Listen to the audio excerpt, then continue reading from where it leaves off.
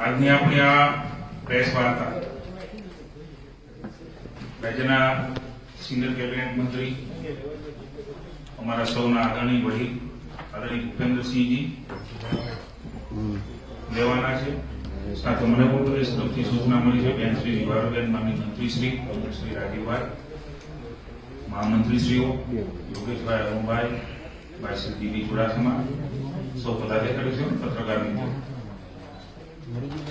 આપ સૌ જાણો છો કે સમગ્ર દેશમાં ઐતિહાસિક કામો અને ઐતિહાસિક બિલમાં સુધારાઓ આઝાદી પછી પહેલીવાર દેશના લાડીલા વડાપ્રધાન નરેન્દ્રભાઈ મોદીના નેતૃત્વમાં સમગ્ર દેશને અનુભૂતિ થઈ રહ્યો, સમગ્ર વર્ગને અનુભૂતિ થાય એ પ્રકારે સુધારા કરીને દેશની જનતાને, ખેડૂતોને એની આવકો બમણી થાય, એની સુખાકારીમાં સુધારો થાય એ પ્રકારની દેશનું નેતૃત્વ કરી રહ્યા છે। એવા વખતે માત્ર રાજકીય રોટલો શેકવા માટે રાજકીય પાર્ટીના આગળ કોંગ્રેસ હોય કે વિપક્ષ હોય, નરેન્દ્ર મોદીનું જે કદ અને નેતૃત્વની સ્વીકૃતિ છે એ સ્વીકારી નહીં શકનાર લોકોએ ગેરમાર્ગે દોરવા માટેના પ્રયાસો કેટલાક ખેડૂતોના નામે અને કેટલાક ભોળા ખેડૂતોને છેતરવાનો પ્રયાસ કર્યો છે। સંદર્ભે ભારતીય જનતા પાર્ટી સમગ્ર દેશની અંદર અલગ અલગ જગ્યાએ પ્રેસ કોન્ફરન્સ યોજી રહી છે। લોક જાગૃતિનું એક જનજાગૃતિનું અભિયાન એ ખેડૂતો હોય કે આપ સૌ હોય કે આમ સમાજ હોય એમના માટેની એક કામગીરી અને કાર્યક્રમો ભારતીય જનતા પાર્ટી દ્વારા લેવામાં આવ્યા છે એ સંદર્ભે આપણી સાથે પ્રેસ વાર્તામાં અમારે ઉપસ્થિત રહેવાનું બન્યું છે। મિત્રો, આપ સૌ જાણો છો કે જે સુધારાઓ અથવા તો નવા ખરડાઓ એ દેશની સંસદમાં કે રાજ્યની વિધાનસભા 95 થી માંડીને આજે વિજયભાઈ નીતિનભાઈનું નેતૃત્વ હોય, દેશમાં નરેન્દ્રભાઈ, નડ્ડાજી, અમિતભાઈનું નેતૃત્વ દેશના હિત માટે નિર્ણયો લીધા છે। નવા ખરડાઓ, નવા સુધારાઓ પણ, નવા કાયદા કાનૂન પણ બનાવ્યા છે। જનતાને એની અનુભૂતિ છે। એવા સંદર્ભે આઝાદી પછી કોંગ્રેસને ન સૂચ્યું કે આ પ્રકારે ખેડૂતો માટેના નિર્ણયો લેવા જોઈએ, પણ મને આનંદ છે કે સમગ્ર દેશના ખેડૂતોને પણ અનુભૂતિ છે। પણ કેટલાક લોકો, સરકાર પણ ખુલ્લા મને કહે છે કે તમે ચર્ચા કરવા આવો, કોઈની પાસે તર્ક હોય ને કઈ વિષય હોય તો કેન્દ્ર સરકાર તૈયાર છે, પણ માત્ર રાજનીતિ કરવા માટે। આમ તો આઝાદ થયા ત્યારથી જવાહરલાલ નહેરુ અને Indira Gandhi private limited company આ દેશ ઉપર રાજ કરવા માંગતી હોય એ પ્રકારની અનુભૂતિ દેશને થઈ રહી છે। પણ મને એવું લાગે છે કે ભૂલી ગયા છે કે હવે આઝાદી આવી છે, ઈસ્ટ ઇન્ડિયા કંપની રહી નથી, લોકશાહી છે। લોકશાહીને પણ ન માનનાર કે રાહુલ ગાંધીએ ભૂતકાળમાં મનમોહનસિંહની સરકાર વખતે જે કાયદા, જે ખરડા, જે પ્રપોઝલ સંસદમાં આવ્યું હોય એ સંસદની અંદર ફાડવાનો પણ અને ફાડી નાખવાના કાગળો એ પ્રકારે પણ નિંદનીય કામો કે રાહુલ ગાંધીને કોંગ્રેસે કર્યા છે। પોતાની પ્રાઇવેટ લિમિટેડ કંપની દેશ ઉપર થોપી દેવા માંગે છે, ત્યારે રાજ્યના ખેડૂતો અને દેશના ખેડૂતો અને જનતા એ સાખી લેવા માંગતી નથી।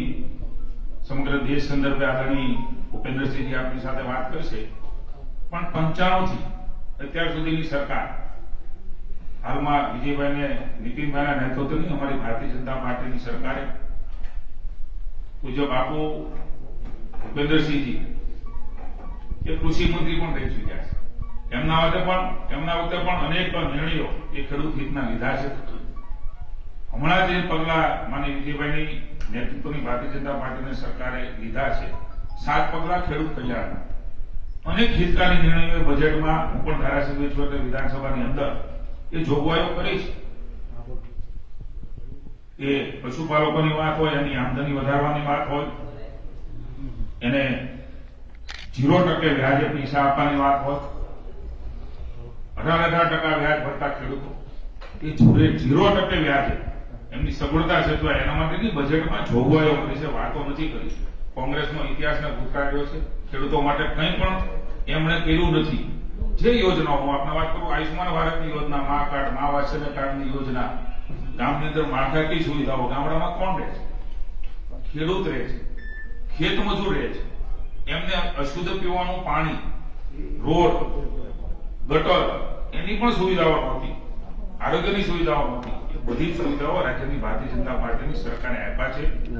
7 પગલા ખેડૂત કલ્યાણ રાજ્યની ભારતીય જનતા પાર્ટીની સરકારે વિજયભાઈના નેતૃત્વમાં જે પ્રશ્નો દેખાતા હોય, એ ખેડૂતના હોય, આમ સમાજના હોય કે કોઈ પણ વર્ગના હોય, એના નિર્ણયો કર્યા છે. મુખ્યમંત્રી પાક સંગ્રહ યોજના, પાક થયો તો પાકને સંગ્રહ ક્યાં કરવો, એ સંગ્રહ કરવા માટેની વ્યવસ્થાઓ ક્યાં, એ પૈસા ક્યાંથી લાવવા, એ બધી જ અગવડતાઓની વચ્ચે રાજ્યની સરકારે એ સંગ્રહ કરવા માટેની જોગવાઈ પણ કરી. સહાયની પણ રકમો એ ફાળવવામાં આવી. 350 કરોડ રૂપિયાની જોગવાઈ 7 પગલા ખેડૂતમાં પાક સંગ્રહ માટેના કર્યા. કિસાન પરિવહન યોજના એ પણ કિસાનોને સહાયના ભાગરૂપે, સબસિડીના ભાગરૂપે પણ રકમની જોગવાઈ કરીને 50 કરોડ રૂપિયાની જોગવાઈ પણ એ કિસાન પરિવહન યોજના. એક માલ બીજા જગ્યાએ જવો હોય તો કેવી રીતે લઈ જાય, એની પાસે સગવડ નથી, નાનો ખેડૂત છે, એમની મુશ્કેલીઓ સમજીને એ પણ નિર્ણયો રાજ્યની સરકારે કર્યા છે. પ્રાકૃતિક ખેતી કરતા ખેડૂતો માટે આપણે સૌ વાતો કરતા હોઈએ છીએ કે હવે જે પ્રકારે ખાતર ને બિયારણ આવે છે આપણા જીવનને પણ નુકસાન કરે છે, ત્યારે ગાય આધારિત ખેતી, પ્રાકૃતિક ખેતી એનો કોન્સેપ્ટ આપણા રાજ્યપાલ શ્રી મહામહિમે પણ એમાં સક્રિયતા દાખવી છે. રાજ્યના મુખ્યમંત્રીએ પણ દાખવી છે. એક ગાય હોય તો 10,000ની એમને સહાય આપવાનું એક ઐતિહાસિક કાર્ય અત્યારે નહીં દેખાય. આવનારા દિવસોની અંદર જે ખેતી કરે, હું ખેડૂત છું, મને ખબર છે, આવનારા દિવસોની અંદર આ પ્રાકૃતિક ખેતીનો કેવડો મોટો ફાયદો થવાનો છે. ગાયને આપણે સમજીએ છીએ, ગાયને જાણીએ છીએ, ગાય માતાના ફાયદાઓ જાણીએ છીએ.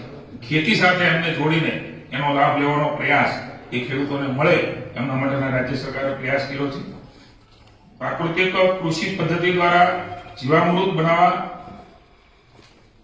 માટે કીટની સહાય એ પણ રાજ્યની સરકારે નિર્ણય કર્યો છે. હું આંકડામાં નથી પડતો. ભૂતકાળમાં 7 પગલા ખેડૂતના અનેક ખેડૂત સંમેલનો પણ થયા છે અને ખેડૂતોને પણ એ પ્રકારની અનુભૂતિ થઈ ગઈ છે. ત્યારે ફળ શાકભાજીના છૂટક વિક્રેતાઓ, આપણે જાણીએ છીએ કે એ શાકભાજી આપણે લેવા જઈએ, પરિવાર લેવા જતો હોય છે, ત્યારે એ તડકો હોય, એ શિયાળો હોય, ચોમાસું હોય, ત્યારે એ શાકભાજી અને ફળફળાદી વેચતા લોકોને મુશ્કેલી ન પડે ને એમાં પણ આપણે જાણીએ છીએ કે એ જે પાક છે અથવા તો એ જે ફળફળાદી છે, એ ફળફળાદીને પણ ક્યાંક તડકાની, ક્યાંક ટાઢની અસર થતી હોય છે, તો એ પણ ન થાય અને આપણે સારું એ ફળફળાદીની શાકભાજી મળે એના માટે પણ એ છત્રી આપવાનો નિર્ણય રાજ્યના સીમાંત ખેડૂતોને, ખેતમજૂરોને પરંપરાગત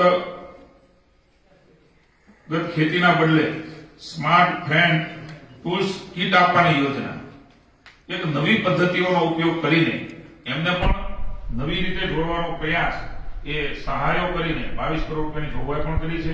તારની વાત આપણે જાણીએ છીએ કે રોજનો ત્રાસ, ભૂંડનો ત્રાસ એ ખેતીમાં આવ્યો છે. એક ભૂંડ ત્યાં પહોંચી જાય તો આખે આખું ખેતર એ જે વાવેલું હોય સિંગના દાણા પણ એ ભૂંડ ખાઈ જતું હોય છે. રોજનો ત્રાસ પણ એ પણ ઉભો પાક, ઉભો મોલ એ ખાઈ જતો હોય છે. ત્યારે વર્ષોથી ખેડૂતોની ડિમાન્ડ હતી કે એ પ્રકારની વ્યવસ્થાઓ એ સરકારો દ્વારા, ભૂતકાળમાં કોંગ્રેસ દ્વારા થઈ નહીં, પણ ભારતીય જનતા પાર્ટીની સરકારે તારની વાત, એમના માટેની સહાય, એની પણ ખૂબ મોટી જોગવાઈઓ એને પણ જૂથમાં જોડીને બધા જ ખેડૂતોને મોંઘું પણ ન પડે એ પ્રકારે એક જૂથમાં લોકો જોડાય અને એ પ્રકારે તારની વાડની પણ સહાય કરવાની જોગવાઈઓ એ પણ રાજ્યની સરકારે કરી છે. કુલ મળીને અનેક નિર્ણયો આ તમને થોડાક આવ્યા છે. 7 પગલા તરીકે આને લઈએ છે, પણ નાના મોટા ખેડૂતોના જીવનનો ઉદય થાય એમના માટેના આજે ખેતીની જમીન ગામડામાં કોઈ વેચતું નથી ને વેચે તો 5 લાખથી ઓછી મળતી નથી. આજે અહીંયા બાપુ પણ અહીંયા ધોળકાથી આવે છે, અમારે ડીબી બાજુથી આવે છે. એ વિસ્તારમાં 5,000 રૂપિયા એ જમીનો મળતી, ખારની જમીનો, આજે ત્યાં પણ 2.5 3 લાખ 5 લાખ રૂપિયા સિવાય 10 લાખ રૂપિયા સિવાય જમીન મળતી નથી. આ જ બતાવે છે કે ભારતીય જનતા પાર્ટીની સરકારે ગામડાને, કૃષિને અને ગ્રામીણ ક્ષેત્રને વધારે મજબૂત કરવા માટે અનેક નિર્ણયો લીધા છે. પણ મેં કહ્યું જવાહરલાલ નહેરુ અને Indira Gandhi private limited company પોતાને સમજીને દેશ ઉપર અલગ અલગ પ્રકારે ગેરમાર્ગે દોરવાનો પ્રયાસ ખેડૂતોને કરે છે. ત્યારે મને ભરોસો છે જિલ્લાના ખેડૂતો, રાજ્યના ખેડૂતો કે નરેન્દ્રભાઈ અને રાજ્યની સરકારે નિર્ણય લીધા છે એમની સાથે છે. આદરણીય ભૂપેન્દ્રસિંહજીને હું વિનંતી કરું આપણી સાથે વાત કરીએ.